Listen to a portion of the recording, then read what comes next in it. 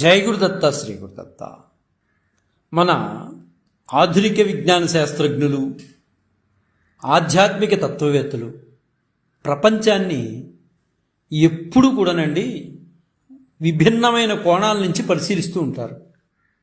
ఇది జగమెరిగిన సత్యం. శాస్త్రజ్ఞులు పదార్థాన్ని భౌతికమైన పరమాణువులంటే, తాత్వికులు సత్పదార్థమైన పరమేశ్వరుడుగా నిర్వచించారు. శాస్త్రజ్ఞులు శక్తిని అచేతనముగా నిర్వచిస్తే, తాత్వికులు చైతన్యమైన పరాశక్తి అన్నారు. పరమాణువుల్లో ఉన్నది శక్తేనని, నిజానికి శక్తి దొంతరలే పరమాణువులని, సృష్టికి మూలమైన పదార్థానికి మూలం శక్తేనని శాస్త్రవేత్తలు అంటారు. కానీ తాత్వికులు శక్తి ఉనికికి పదార్థమే ఆధారమని, పరమేశ్వరుల్లో పరాశక్తి అంతర్భాగమని, వీరివ్వురు కలయిక సృష్టి అని మనకి తాత్వికవేత్తలు అంటూ ఉంటారు. అయితే శాస్త్రవేత్తల అన్వేషణకు ఆకాశం హద్దయితే, మన శాస్త్రాల ఆ ఆకాశాన్ని దాటి ఆత్మతత్వాన్ని కూడా స్పృశిస్తాయి. దేన్ని శాస్త్రవేత్తలు శూన్యమన్నారో దాన్నే తత్వవేత్తలు పరిపూర్ణమన్నారు. శాస్త్రజ్ఞులు విత్తు చెట్టు ఎలా అవుతుందో చెప్పగలరు, ఖచ్చితంగా చెప్పగలరు, కానీ అది ఎందుకు అవుతుందో చెప్పలేరు. భౌతిక శాస్త్రాల పరిధి, సమర్థత ఎక్కడ నిలిచిపోతాయో అక్కడి నుంచి ఆధ్యాత్మిక శాస్త్రాల వైభవం మొదలవుతుంది. ఇది చాలా ముఖ్యమైన పాయింట్ అండి. భౌతిక శాస్త్రాల పరిధి, సమర్థత ఎక్కడైతే నిలిచిపోతుందో అక్కడి నుంచి ఆధ్యాత్మిక శాస్త్రాల వైభవం మొదలవుతుంది. మానవ మేధకిది పొడిగింపుగా మనం మాట్లాడుకోవచ్చు. ఈ విజ్ఞాన తత్వశాస్త్రాలు రెండూ మనిషికి అవసరం అండి. ఇది అక్కర్లేదు, ఇది అవసరం లేదు అని చెప్పడానికి లేదు, రెండూ అవసరమే. ఒకటి సుఖ సౌఖ్యాలను ఇస్తే, మరొకటి తృప్తిని శాంతిని ఇస్తుందండి. ఇది వాస్తవం. అయితే ఒక చిన్న విషయం మీకు మనవి చేయాలి. ఇక్కడ మన తెలుగు భాష అందరికీ కూడా ఎక్కువ గౌరవిస్తుందండి. ఇది మాత్రం నిజం అండి. మన భాష మరి ఏమిటో మిగతా భాషల్లో ఉందో లేదో తెలియదు, కానీ మన తెలుగు భాష మాత్రం అందరికీ కూడా గౌరవాన్ని పంచిపెడుతుంది, ఎక్కువ గౌరవిస్తుంది. అది నిజం అండి. సైన్స్ని, మామూలుగా ఉన్న సైన్స్ని పరిసరాల విజ్ఞానం అంటే సరిపోయేది. దాన్ని రాను రాను శాస్త్రం అని, అన్నిటికీ శాస్త్రాన్ని కలిపేశారు. మ్యాథమెటిక్స్ అని ఇంగ్లీష్లో అంటే తెలుగులో గణిత శాస్త్రము అన్నాం. ఫిజిక్స్ అని ఇంగ్లీష్లో అంటే దాన్ని తెలుగులో భౌతిక శాస్త్రము అన్నాం. కెమిస్ట్రీ అని ఇంగ్లీష్లో అంటే దాన్ని తెలుగులో రసాయనిక శాస్త్రము అన్నాం. ఇలా శాస్త్రాన్ని కలపడం వలన మన సంప్రదాయంలో చెప్పిన శాస్త్రాలతో అనవసరమైన చర్చలు మొదలయ్యాయండి. తెలుగు భాష కొంత గౌరవాన్ని ఏర్పాటు చేయడం వలన ఆ సబ్జెక్టుకి గౌరవాన్ని ఏర్పాటు చేసింది. అలా గౌరవాన్ని ఏర్పాటు చేయడం వలన గౌరవంగా ఉంచక అనవసరమైన చర్చలకు దారితీసి సమయాన్ని వృధా చూస్తుంది. అనవసరమైన చర్చలు పెట్టి చూసేవారికి, వినేవారికి, మాట్లాడేవారికి కాలం కూడా వృధా అవుతుందండి. నేటి సమాజంలో మనం చూస్తున్నాం, ఇది శాస్త్రమా, ఇది అవునా, ఇది కాదా, ఎందుకు ఇవన్నీ ఉపయోగం లేని మాట్లాడండి. మన తెలుగు భాష చాలా గౌరవంగా మాట్లాడే భాష అది. అందువలన ప్రతి సబ్జెక్టుకి కూడా శాస్త్రము, ఖగోళ శాస్త్రము, రసాయనిక శాస్త్రము, ఇలా శాస్త్రాన్ని తత్వశాస్త్రము, ఫిలాసఫీ అని మన ఇంగ్లీష్లో అంటే తెలుగులో తత్వశాస్త్రము అని పెట్టాం. శాస్త్రం అని గౌరవంగా మాట్లాడుకుంటున్నాం. అసలైన సంప్రదాయం ఎరిగినటువంటి శాస్త్రాలు వేరు. అక్కడే క్లాష్ వస్తుందండి. ఆ శాస్త్రం ఏంటి, నా శాస్త్రం గొప్ప, నీ శాస్త్రం తక్కువ, ఈ వ్యర్థమైన మాటలు మాట్లాడకూడదండి. మానవ మనస్సు వేరే, మానవ జీవితం వేరే. మానవ మనస్సు చుట్టుపక్కల సమాజం నుంచి, మరి చుట్టుపక్కల వాతావరణం నుంచి ఉద్భవిస్తుందండి. అంతేకాక అది భౌతిక శరీరానికి చెందిన జ్ఞానేంద్రియాల చట్రంలో కూడా అధికంగా తిరుగుతూ ఉంటుంది. అంటే మనం ఏది ఎక్కువ చూస్తామో, మనం ఏది ఎక్కువగా వింటామో, మనం ఏది ఎక్కువగా రుచి చూస్తామో వాటి చుట్టే మన మనసు ఎక్కువగా పరిభ్రమిస్తూ ఉంటుంది. ఇది వాస్తవం అండి. మానవ జీవితం మట్టుకు గత జన్మల కర్మ మూలాల్లోంచి ఉద్భవిస్తుంది. ప్రస్తుతం వర్తమాన జీవితం గత జన్మల తర్వాతి పుటే కదా.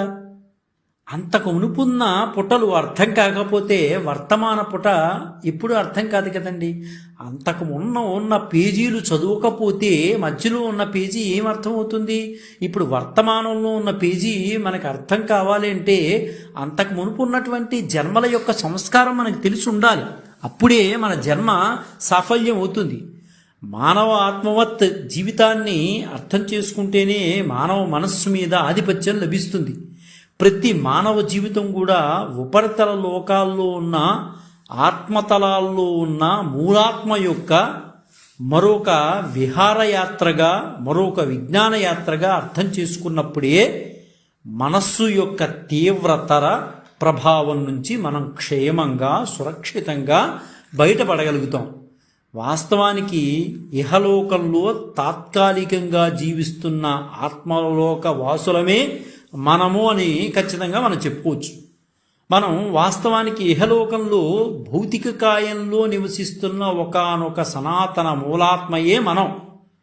అనేక జన్మల కర్మఫలాల సంస్కారాల జనిత సంకల్పాల ప్రభావంతో కూడినదే ఈ వర్తమాన జీవితం.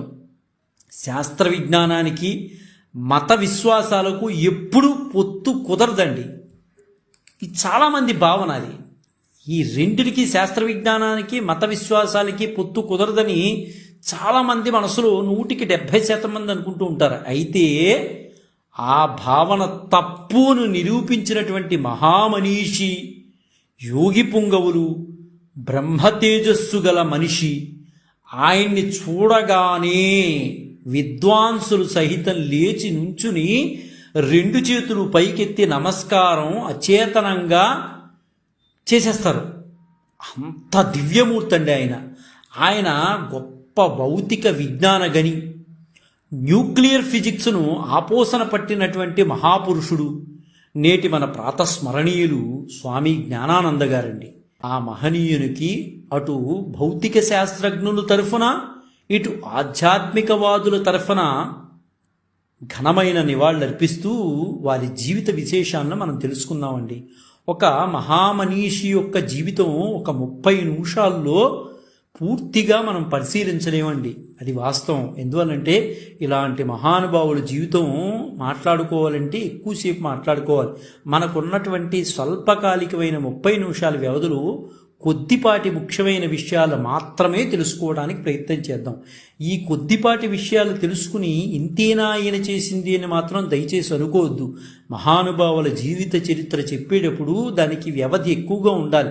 మనకున్న 30 నిమిషాల్లో ఆయన మెయిన్ పాయింట్స్ మాత్రమే మనం మాట్లాడుకుంటామండి. దయచేసి ఇంకో విధంగా భావించవద్దు. స్వామి జ్ఞానానంద ఒకవైపు యోగాభ్యాసం కొనసాగిస్తూ ధ్యాన నిమగ్నుడై సమాధి స్థితికి చేరుకుని విదేశాల్లో భౌతిక శాస్త్రంలో రేడియో ధార్మికతపై విశేషమైన పరిశోధన చేసి వివిధ పదవులు నిర్వహించి కర్మయోగిగా విజ్ఞాన శాస్త్ర రంగంలో విశేష కృషి చేశారు. ఆల్బర్ట్ ఐన్స్టీన్, జగదీష్ చంద్రబోస్, స్వామి జ్ఞానానంద వంటి వారు ఆ రెండిటికి ఉన్న అవినాభావ సంబంధాన్ని చక్కగా వివరిస్తూ రెండు ఒకదానికొకటి అవసరమని అప్పుడే మానవ జాతి పురోగతి విస్పష్టంగా చెప్పినటువంటి మహానుభావులు వీరు. వారు ఆచరించి చూపించారు కూడా. అటు ఆధ్యాత్మిక చింతన అవసరము, ఇటు విజ్ఞాన శాస్త్రము అవసరమని రెండు ఆచరించి చూపించి మార్గదర్శనం చేశారు జనాలకి. మతము మరియు విజ్ఞాన సంశ్లేషణ మానవాళికి మేలు చేస్తుందని గట్టిగా నమ్మినవారు జ్ఞానానంద స్వామివారండి. యోగా సాధన మరియు సైన్స్ అధ్యయనం కొన్ని సారూప్యతలను కలిగి ఉన్నాయని ఆయన గట్టిగా అభిప్రాయపడ్డారు. ప్రాథమిక యోగా అభ్యాసాలు అంటే మనస్సు మరియు శరీరంపై పాండిత్యం పొందడానికి ఒక వ్యక్తికి శిక్షణ ఇవ్వడమే అని ఆయన నొక్కి చెప్పారండి స్వామీజీ. అయితే ఈ జ్ఞానానంద స్వామివారు ఎప్పుడు పుట్టారు ఏంటనే విషయాలు మనం మాట్లాడుకుంటే శ్రీ దుర్ముఖినామ సంవత్సర మార్గశీర్షమాస శుక్లపక్ష స్థిరవారం ఉదయం 6:02 జ్యేష్ఠా నక్షత్ర తృతీయ చరణ ధనుర్లగ్నమైన రోజు 5/12/1896 సంవత్సరంలో శ్రీ భూపతిరాజు రామరాజు శ్రీమతి సీతయ్యమ్మ పుణ్య దంపతులకు ప్రథమ సంతానంగా శ్రీ లక్ష్మీ నృసింహరాజు అను వ్యావహారిక నామం కలిగినటువంటి శ్రీ పూజ్యపాద జ్ఞానానంద స్వామి వారు జన్మించారండి.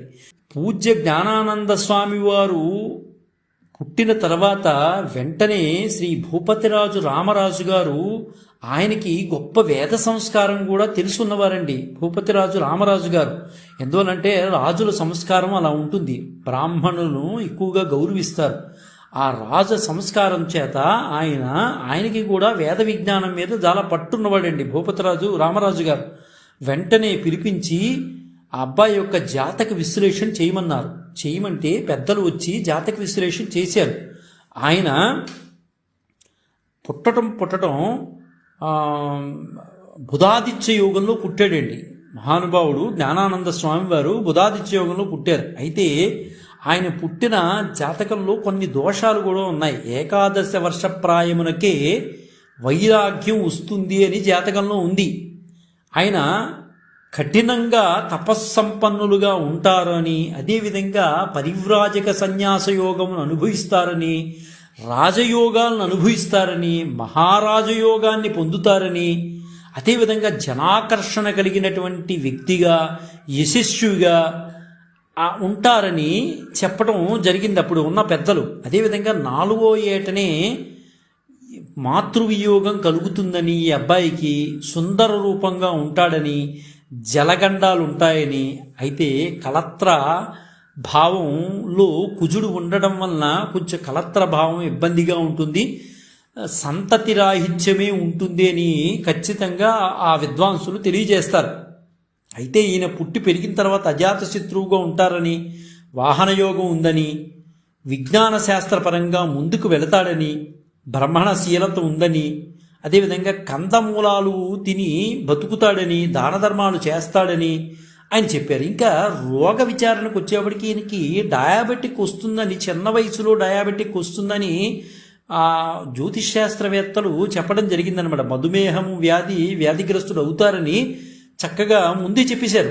అదేవిధంగా నేత్రదోషం కూడా ఉంటుందని విద్వాంసులు ముందుగా అన్ని విషయాలు చక్కగా భూపతిరాజు రామరాజు గారికి విశదపరిచారు. అయితే అవన్నీ విని చేయగలిగినటువంటి తప్పించుకోగలిగినటువంటి దోషాలకు సంస్కారాలు ఆయన చేయించారు. తప్పించలేని వాటిని ఎవ్వరూ తప్పించలేరు, అనుభవించి తీరాల్సిందే. అయితే భూపతిరాజు లక్ష్మీ నరసింహరాజు గారి తదనంతరం ఆయన స్వామి జ్ఞానానందగా మారారు.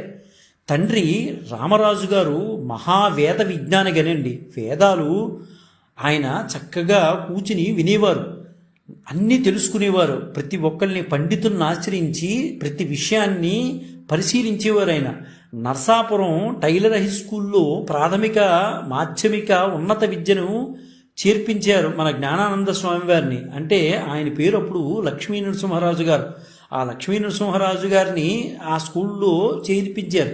సరే, తణుకులో చదివే రోజుల్లో 1908వ సంవత్సరం అనుకుంటా బహుశా శ్రీ వాసుదేవానంద సరస్వతి స్వామివారు తణుకు రాగానే అక్కడ వాసుదేవానంద స్వామివారు వాసుదేవ మంత్రాన్ని ఉపదేశిస్తారు.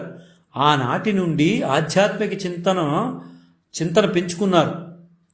వివాహం జరిగిన ఈయనకి రామకృష్ణ పరమహంసలాగానే దాంపత్య జీవితం గడిపారండి. తక్కువ మంది ఉంటారు ఇలాంటి పుణ్యమూర్తులు. తండ్రి లైబ్రరీలో ఉన్న అరుదైన వేదాంత గ్రంథాలన్నీ చదివి, దివ్యజ్ఞాన గ్రంథాలు, రామకృష్ణ వివేకానంద గ్రంథాలు పఠించి, బాలగంగాధర ఉపన్యాసాలతో ప్రేరితులై అజ్ఞానత్వంగా ఉన్న త్యాగ వైరాగ్యాలు బయటపడి 1917 డిసెంబర్ 21న ఆయన స్కూల్ ఫైనల్ పరీక్షా ఫలితాల్లో తప్పారండి. అయితే ఆ రోజు పాస్ అయిన వాళ్ళు ఒక 5-3 పాస్ అయ్యారు. అందులో ఈయన నెంబర్ లేదు. కనపడకపోతే వెంటనే విరక్తి చెంది ఇంట్లోంచి వెళ్ళిపోయాడు. అంటే అంతకు మునుపు ఒక స్నేహితుడితో అన్నారు ఆయన, పరీక్షలో గనక నేను ఫెయిల్ అయితే ఇంట్లోంచి వెళ్ళిపోతాను అని అన్నారు. ఆ వెళ్ళిపోతాం ఎక్కడికి వెళ్ళిపోతాను అంటే బేలూరు మఠానికి వెళ్ళిపోతాను అనుకున్నారు. అయితే ఇలా కనిపించకుండా వెళ్ళిపోయారు. వెళ్ళిపోతే ఇంట్లో వాళ్ళందరూ, రామరాజు గారు అందరూ కూడా వెతికారు. అయ్యో పరీక్ష ఫెయిల్ అయిపోయినంది, ఇంట్లోంచి వెళ్ళిపోయాడా వీడు అని చెప్పేసి అన్ని చోట్ల వెతికారు. ఎక్కడ బంధువులకి అందరికీ కూడా తెలియపరిచారు ఉత్తరాల ద్వారా. ఎక్కడా సమాధానం లేదు, ఈయన ఎక్కడున్నాడో తెలియదు. సరే, ఇతనితో పాటు నరసింహరాజుతో పాటు ఒక మిత్రుడు ఉండేవారు. ఆ మిత్రుడిని పిలిచి, మీ ఇద్దరు బాగా దగ్గర మిత్రులు కదా, నరసింహరాజు ఎక్కడున్నాడు అని అడిగితే, మేము ఇలా అనుకున్నాం, బహుశా బేలూరు మఠంలో ఉండొచ్చేమో అన్నట్టుగా వ్యక్తం చేశారు. వెంటనే అక్కడ వరకు రామరాజు గారు కొంతమందిని పంపించి వెతికిస్తే కలకత్తాలో వెళ్ళి వెతికారు. అక్కడ బేలూరు మఠం దగ్గర ఈయన కూర్చుని ఉన్నాడు, అరుగు మీద కూర్చుని ఉండగా వెంటనే వీళ్ళందరూ వెళ్ళి, ఏంటైనా పరీక్ష ఫెయిల్ అయిపోతే పారిపోవాలని ఉందా రూలు, అలా ఏంటి నాన్న, మీ నాన్న రామరాజు గారు ఎంత బాధపడుతున్నారు, ఇంటికి వెళ్ళిపోతాను రా అంటే, అప్పుడు మన నరసింహరాజు గారు, నేను రాను, మీరు వెళ్ళిపోండి, నాకు ఆధ్యాత్మిక చింతనలోనే నా జీవితాన్ని గడుపుతాను, మీరు వద్దు, ఇక్కడి నుంచి వెళ్ళిపోండి అన్నారు. సరే, అక్కడున్న స్వామీజీ వారు కూడా, వద్దు, ఈ అబ్బాయి ముఖంలో కానీ జాతకంలో కానీ నాకు తెలుసుండి ఆధ్యాత్మిక చింతన ఎక్కువగా కనిపిస్తోంది, ఈ అబ్బాయిని ఇక్కడ వదిలేసి వెళ్ళండి అంటే, కాదండి, భూపతిరాజు రామరాజు గారి అబ్బాయి అయిన నరసింహరాజు గారు, వీరు ఎక్కడో గొప్ప సంపన్నుల కుటుంబంలో పుట్టిన వ్యక్తి, ఎంతో మందికి 10 మందికి దానాలు చేసేటటువంటి వ్యక్తులు వీరు, ఇలా వెళ్ళిపోతే చాలా ప్రమాదం అండి, వీళ్ళ నాన్నగారు బెంగ పెట్టుకున్నారు, తీసుకువెళ్ళాలి అని. సరే, మొత్తం మీద స్వామీజీని ఒప్పించి తీసుకువెళ్తారు. కానీ వెళుతూ స్వామీజీ ఒకటి చెప్తారు, మీరు ఇప్పుడు నా దగ్గర నుంచి ఈ అబ్బాయిని తీసుకువెళ్ళవచ్చునేమో, కానీ ఈ అబ్బాయి జీవితంలో ఉన్నటువంటి వేదాంత ధోరణిని మీరు తీసుకువెళ్ళలేరు, ఆధ్యాత్మిక చింతనని మీరు తీసుకువెళ్ళలేరు అని చెప్తారు. సరే, అయితే ఆయన్ని తీసుకొచ్చేస్తారు. అయితే కొద్ది కాలం తర్వాత ఆయన నేపాల్లోని బుద్ధుడి జన్మస్థలం లుంబిని వెళ్ళిపోతాడు. ఆశ్రమాల్లో నివసించి అందుబాటులో ఉన్న ఆహారం తీసుకుంటూ అక్కడే ఉంటారన్నమాట. తర్వాత 10 ఏళ్ళు దేశ సంచారం, ఆ పెద్దల దర్శనాలతో జీవితాన్ని చదువుకున్నాడు అనుకోండి. ఆయన హిమాలయాలకు చేరి అక్కడ యోగాభ్యాసం చేస్తూ మరొక 10 ఏళ్ళు సార్థక జీవితం సాగించారు.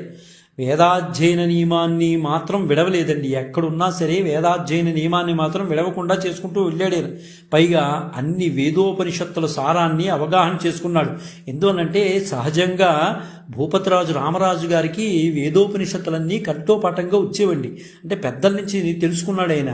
కాబట్టి ఆ సంస్కారాలు పిల్లవాడు నరసింహరాజులో కూడా వచ్చినాయి. కాబట్టి ఈయనలో కూడా ఆ సంస్కారాలు ఉన్నాయి. మానసికంగా ఆయన ఈ వేదోపనిషత్తులన్నీ చదివి జ్ఞానానంద స్వామివారు మానసిక వికాసాన్ని పొందారండి. ఢిల్లీ, హరిద్వార్ మీదుగా ఋషికేశ్ చేరి స్వర్గాశ్రమంలో సాధన చేశారు. అదే ఫలితంగా శ్రీకృష్ణ పరమాత్మ సాక్షాత్కారం పొందేవారు ఈయన. నిజంగా అంటూ ఉంటారు పెద్దలందరూ కూడా, ఈయన శ్రీకృష్ణ పరమాత్మ యొక్క సాక్షాత్కారం పొందాడు రా బాబు, అందుకనే అలా ఉంటాడు ఆయన అని అంటారు అందరూ. ఆయన తీవ్ర యోగా సాధన చేసి యోగిరాజ్ అనే సంబోధించేవారండి. ఈయనందరినీ కూడా ఉత్తరాది వాళ్ళందరూ కూడా యోగిరాజ్ అనేవారు. తర్వాత అబూ పర్వతం చేరి గురు శిఖరంపై ఉన్న దత్తాత్రేయ స్వామి గుహలో 6 నెలలు పశ్చిమోత్తాన ఆసనంలో సాధన చేశారండి. ఎవరైనా సరే గురు దత్తాత్రేయ స్వామిని పట్టుకుంటే ఇంక తిరుగు లేదు అంటానికి ఈయన జీవితం, జ్ఞానానంద గారి జీవితం ఒక ఉదాహరణగా మనం మాట్లాడుకోవచ్చు. ఎందుకో మరి 6 నెలలు పశ్చిమోత్తాన ఆసనంలో కూర్చుని ఆయన ఎప్పుడైతే చేశారో, సాధన చేశారో, జీవితంలో ఒక మైలురాయిగా మారిపోయింది అక్కడి నుంచి. అదేవిధంగా నీలకంఠ మహాదేవులు హఠయోగ ప్రక్రియలు సాధించి అదే సమాధి యోగాన్ని పొందినటువంటి క్రియలు కూడా ఆయన నేర్చుకున్నారు. జలస్తంభన విద్యలు నేర్చుకున్నారు. శ్రీకృష్ణ దర్శన భాగ్యం పొందారు. ఋషికేశులో శరశ్చంద్ర అనే సిద్ధపురుషుడు ఆయన 25వ ఏట ఉపదేశం చేసి, నువ్వు ఇక నుంచి స్వామి జ్ఞానానంద అనే దీక్షానామాన్ని ఆయన ఇచ్చారు. శరశ్చంద్ర అనే ఋషికేశులో ఒక దివ్య పురుషుడు, ఇక నుంచి నీ పేరు నరసింహరాజు కాదు, స్వామి జ్ఞానానంద, నేటి నుంచి నువ్వు ఈ పేరుతో, అంటే నీది ఇది 2వ జన్మ నీది, ఇప్పుడు ఇది 3వ జన్మ, నువ్వు ఉపనయనం అయింది నీకు, ఇది 3వ జన్మ కింద లెక్క నీకు, నువ్వు పుట్టావు, ఉపనయనం అయ్యింది, తర్వాత నీకు ఈ పేరు నేను ఇప్పుడు పెడుతున్నాను, శరశ్చంద్ర గారు అన్న మాటలు అన్నమాట. 25వ ఏట స్వామి జ్ఞానానంద దీక్షానామాన్ని ఇచ్చారు. గురువుల అనుమతితో బారాముల్లా వెళ్ళి సంత్ సింగ్ గుహలో 4 నెలలు ప్రాణాయామ ధ్యానాలు నేర్చుకున్నారు. శ్రీనగర్ కాళీమాత పర్వతంపై గుహల్లో కొంతకాలం తపస్సు చేశారు. జాడీపురా యాపిల్ తోటలో కుటీరంలో ధ్యాన నిమగ్నుడే నిర్వికల్ప సమాధిలో కలిపాడు ఈయన. కైలాస మానస సరోవర యాత్ర చేసి అక్కడ కూడా తపం ఆచరించారు. ఆ మానస సరోవరం వెళ్ళేటప్పుడు చాలా అవస్థలు పడ్డారు. తాను ఒక దశలో చనిపోయేటటువంటి పరిస్థితుల్లో కూడా వెళ్ళిపోయారు ఆ మానస సరోవర యాత్రలో. అయినా భగవంతుడు అనుగ్రహం ఉంది కాబట్టి స్వామివారు బయటపడ్డారు. యోగ సాధన అనుభూతులను స్వామి జ్ఞానానంద 30 పూర్ణ సూత్రాలుగా రాశారు. అది చాలా బాగుంటుందండి ఆ పుస్తకం. యోగాలో బేసిక్స్ నేర్చుకుంటే మనస్సు మెదడు శరీరాలపై పూర్తి స్వాధీనం కలుగుతుందని సోదాహరణంగా ఆయన ఎప్పుడూ చెప్పేవారు, ఉపన్యసించేవారు. స్వామీజీ చాలా గొప్ప వక్త అండి. ఆయన చాలా అద్భుతంగా మాట్లాడేవారు. ఆయన మాట్లాడుతుంటే వినాలి అని అనిపించేది. స్వామి జ్ఞానానంద అని శరశ్చంద్ర గారు ఎలా అయితే పేరు పెట్టారో తెలియదు, కానీ ఆయన మాట్లాడుతుంటే నిజంగా మన యొక్క జ్ఞానం వికసిస్తుందండి. అంతవరకు అజ్ఞానంలో ఉన్నటువంటి మన జ్ఞానాన్ని పెంపొందిస్తారు స్వామీజీ వారు. అంత అద్భుతంగా మాట్లాడతారట. 1920లో మత ప్రసంగాలు ఇవ్వడం ప్రారంభించారు. అప్పటి వరకు ఆయన మత ప్రసంగాల విషయంలో వెళ్ళేవారు కాదు. 1920 నుంచి మత ప్రసంగాలు ప్రారంభించారు. అనేక భక్తి కవితలు రాశారు. పూర్ణ శాస్త్రాలు ఆయన ప్రధాన సంకలనం. ఇక దృష్టి భౌతిక విషయాలపై ఉంచి 1930 ప్రారంభంలో జర్మనీ వెళ్ళి గ్రాడ్యుయేషన్ చేశారు ఆయన. భౌతిక విషయాల పట్ల కూడా ఆయనకి ప్రేరణ ఎక్కువగానే ఉందండి. 1930లో జర్మనీ వెళ్ళి అక్కడ గ్రాడ్యుయేషన్ చేశారు.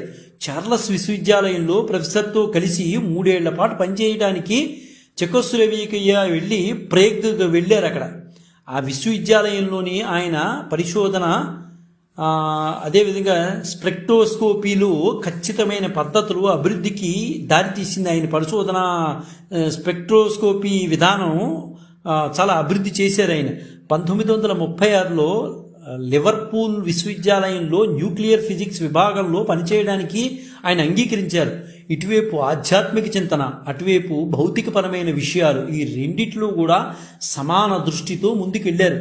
అంటే అన్ని యోగాలు నేర్చుకున్నటువంటి మహోన్నతుడు మన జ్ఞానానంద స్వామివారండి. 1940-43 మధ్య బీటా రే స్పెక్ట్రోస్కోపీపై ఆయన చేసిన కృషి ద్వారా PhD సాధించారు. అయితే డాక్టర్ జ్ఞానానంద అయ్యారు. తర్వాత యుఎస్కి వెళ్ళి మిచిగాన్ విశ్వవిద్యాలయంలో అనేక రేడియో ధార్మిక ఐసోటోపులతో బీటా రే స్పెక్ట్రోస్కోపీపై తన పరిశోధనను కొనసాగించారు. 1939 నుండి రాస్తున్న హై వ్యాక్యూమ్పై తన పుస్తకం రాయడం పూర్తి చేశారు. భారత ప్రధాని నెహ్రూ గారు ఆహ్వానంపై భారతదేశం వచ్చారు. అప్పటి వరకు విదేశాల్లో ఉన్నారు. ఎక్కడో మారుమూల గ్రామంలో పుట్టినటువంటి స్వామివారు భారతదేశం రమ్మని మళ్ళీ ప్రధానమంత్రి ఆయన లెటర్ రాశారు. నేషనల్ ఫిజిక్స్ ల్యాబొరేటరీ పరమాణు విజ్ఞాన పరిశోధన విభాగంలో అధిపతిగా 17 ఏళ్ళు సేవలు అందించారు ఆయన కోరిక మీదగా. అయితే స్వామివారిని దర్శించడానికి అనేక మంది వస్తూ ఉండేవారు. అయితే భాష్యాంత వైయాకరణి శ్రీ లొల్ల వెంకటరామ శాస్త్రి గారు, పెన్నాడ అగ్రహారం వారి జామాత మంగిపూడి సుబ్రహ్మణ్యం గారితో కలిసి మన జ్ఞానానంద స్వామివారిని దర్శించారు. శాస్త్రవాదము చేయ ఉద్దేశంతో వాళ్ళు వెళ్ళారు. నిజానికి ఎవరో చేస్తున్నారట. ఒక రాజు జ్ఞానానంద స్వామి అయ్యాడట. అసలు ఏంటి శాస్త్రంలో ఆయన ఎంతవరకు ఉన్నాడు, ఏమిటి శాస్త్రాలు ఏమి తెలుసు ఆయనకి, అలా గురువుగా ఎలా వెళ్ళిపోయాడని ఉద్దేశంతో ఎక్కడో ఉంటుంది కదా వెళ్ళారు మాట్లాడదామని. అయితే వెంటనే వెళ్ళంగానే అక్కడ జ్ఞానానంద స్వామి వారిని చూడంగానే ఆ శ్రీవారి యొక్క బ్రహ్మ తేజస్సును వాళ్ళు చూసి నిశ్చేష్టులైపోయారు. వెంటనే నమస్కారాలు పెట్టేసి అల్లునితో అన్నారట, శ్రీవారి ముఖము బ్రహ్మభావం తాండవించుతున్నది, ఆయనతో మనం ఏం మాట్లాడలేం, ఆ ముచ్చటించడానికి శాస్త్ర విషయాలు కూడా మనం మాట్లాడలేం, అన్నీ ఆయనకి తెలుసు, మనమే పొరపాటుగా ఆయన గురించి అనుకున్నాం, వద్దు మనం మాట్లాడొద్దు, మనం వెళ్ళిపోవటమే మన గౌరవంగా ఉంటుందని వెంకటరామ శాస్త్రి గారు అన్నారట. మంగిపూడి సుబ్రహ్మణ్యం గారితో అన్నారట, వద్దు మనం ఇక్కడి నుంచి గౌరవంగా వెళ్ళిపోవడం ఉత్తమం, ఆయనకి అన్ని శాస్త్రాల్లోనూ పట్టుంది. బ్రహ్మ తేజస్సు మొహంలో కనిపిస్తోంది.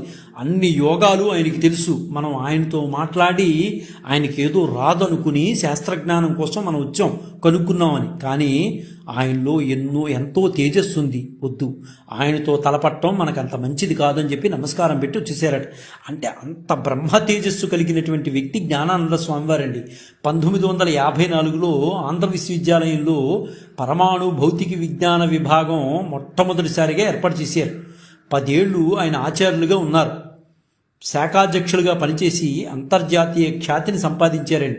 అంటే కేవలం ఈయన వల్ల మాత్రమే న్యూక్లియర్ ఫిజిక్స్ అభివృద్ధి చెందుతుందని ఆంధ్ర విశ్వవిద్యాలయం వారు గమనించారండి.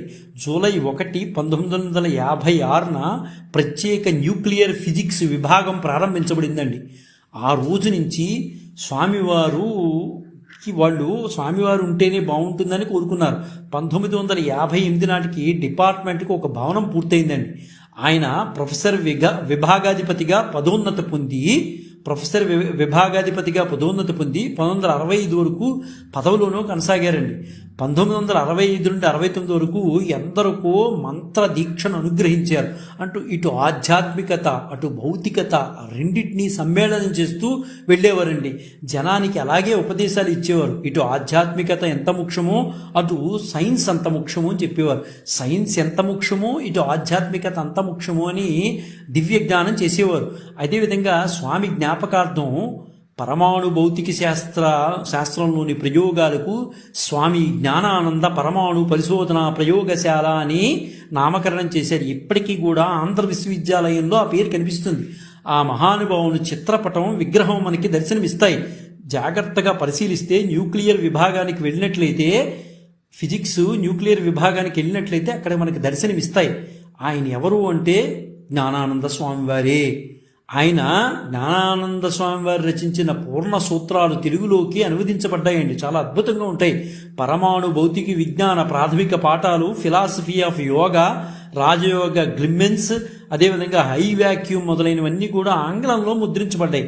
అంటే పదవీ విరమణ చేసిన తర్వాత ఆయన్ను ఎమెరిటస్ ప్రొఫెసర్గా నియమించగా మరణించే వరకు ఆ పదవిలోనే కొనసాగారండి. ఆచార్యోత్తములుగా, పరమహంసగా, దర్శనవేత్తగా, కర్మయోగిగా స్వామివారు అనేక రకాలైన పాత్రలు పోషించారండి జీవితంలో.